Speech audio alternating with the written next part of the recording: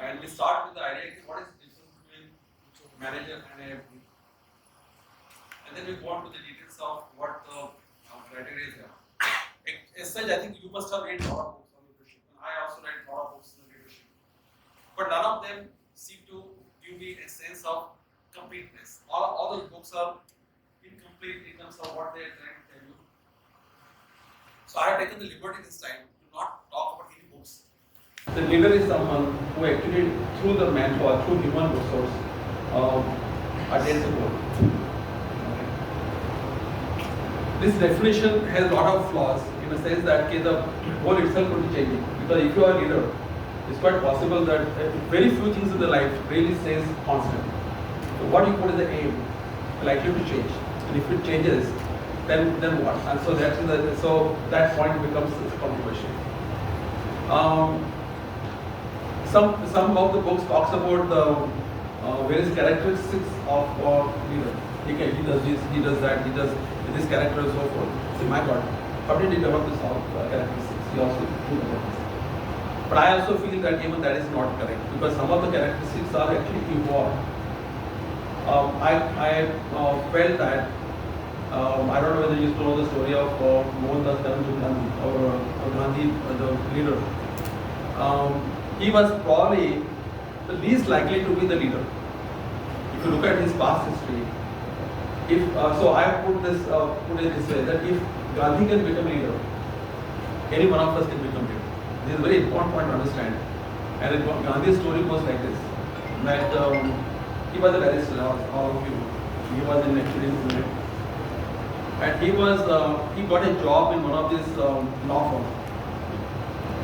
And in this law firm, he said, "I'm going to join the law firm as long as I'm in the back office. I don't want to go to the court and defend any case because I'm so shy. I can't face people, and I don't want to face them, and therefore I'm going to only do back office." And he did that for some time. But one day, what happened that the court was on, and the person who was supposed to be defending this case, which actually was prepared by Gandhi, was not doing. So the boss said, whether you like it or not, you have to defend this case because you are the only one who knows this case. So please go ahead. And he kept on saying, no, I don't want to do that.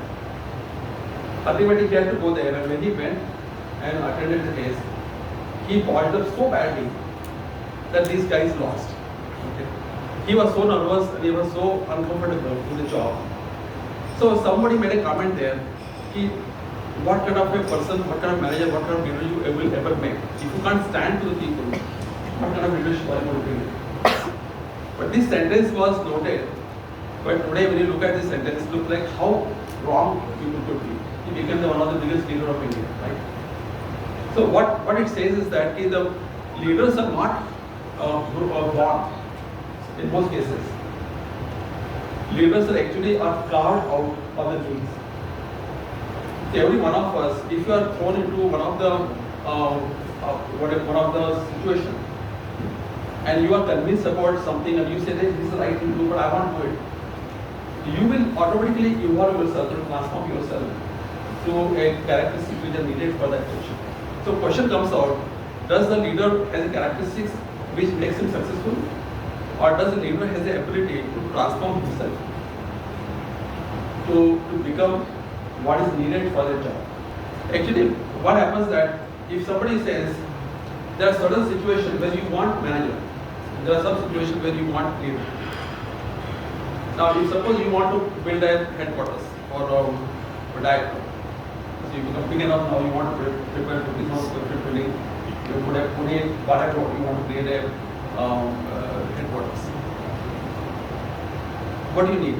Somebody who thinks through how many square feet of building it is and how it should look like and what is needs, and so define everything.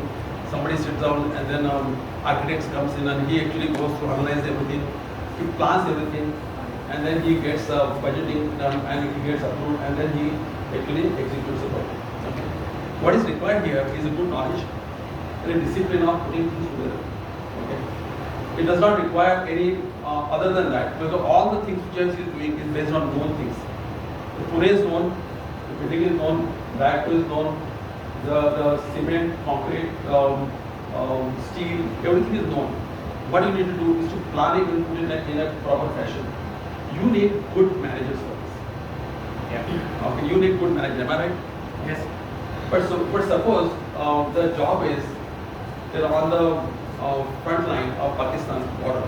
You want to create a one bridge, which you might use to invade in Pakistan. Suppose that's what you want to job for us. Okay. The terrain is not known. Okay. Exact dimensions, you can't go just to measure what is the dimensions. Okay. In this case, if you ask the architect from Pune that can you design the bridge and can you actually execute, that has so many unknowns. There are so many possibilities that you can't. A manager will fail. Manager will be totally lost because a lot of things which are not in place. So whenever there are unknowns and whenever there are changes which are needed, okay, you need somebody who thinks change, and the change thinking comes from leadership. The difference between a manager and leader is that leader is able to manage the changes. If the changes are small, like somebody says instead of 50,000 square feet building, I want 55,000. This is a small change. A manager can, there is a gray area where actually manager can also handle this. Okay. But anytime when you talk about changes, okay, there are unknowns. There are roadblocks which could be there. You need a person who goes beyond normal planning and normal knowledge. Yeah. There are a lot of areas where you have unknowns. Okay. If you ask a question which is the answer available, then management is always reasonable to proceed with. But if there are questions which doesn't have proper answers in place, yeah, then you need a leader who actually tries to invent that or hunt that down and try to create the solutions. So first point I want to mention to you is that whenever you talk about change, there is a leadership involved. Okay. Whenever you talk about existing knowledge and existing framework which you are using, a management is required. Actually, management will do a better job than leader, because leader is going to hunt for something which is not needed. Right.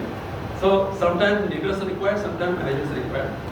But now if I put Diacto in the place, Diacto is a company which is 4th year completion. So my conclusion for a stone which is ready to be shaped into what is needed for the job.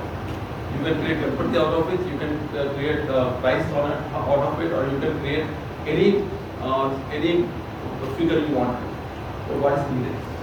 So, in a sense, my point is that in Diacto, the leaders are going to be crafted. And they are crafted from people like you. All of you just sitting here, you are the one who are going to reshape yourself. So that is, I want you to, what I want you to, after my talk and you go back, is a transformation. Each one of you are going to go through huge transformation. And before the company gets transformed, the people are going to get transformed. Okay. You are not going to transform something which you don't know or which you are not. Okay. So the first thoughts are going to come to your mind, which come through leadership, and those thoughts are going to convert into what is needed. That is going to transform you first, and once you transform, your organization transform, and you will be reflected that into the growth of the company. So this is so the equation is very simple to me. That growth is equal to change. Because without change, you are not going to grow. And change would mean leadership. Leadership means there are leadership needs. And those needs are going to be defined. And you have an organization which is going to navigate yourself to transform, to fulfill the need which is going to be defined. Now, if the organization is able to define the needs very clearly, you are going to have very sharp looking leaders coming. If the organization does not have clearly defined needs, then you are also going to have a confused leaders who will get created. They are not because the leaders are confused, leaders are not good, but because the definition is not clear.